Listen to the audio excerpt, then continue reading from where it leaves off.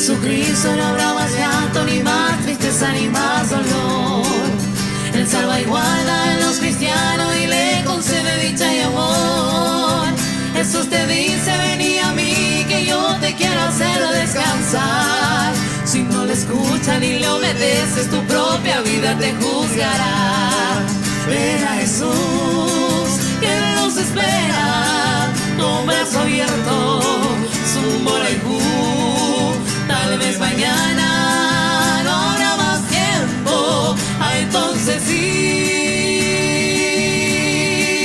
ven Yehudí.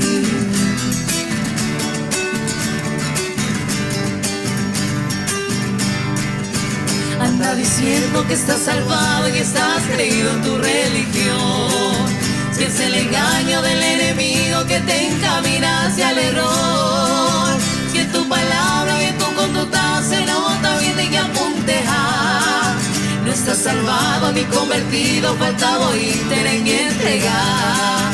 Ven a Jesús, que Él nos espera, con brazo abierto, su bolejú.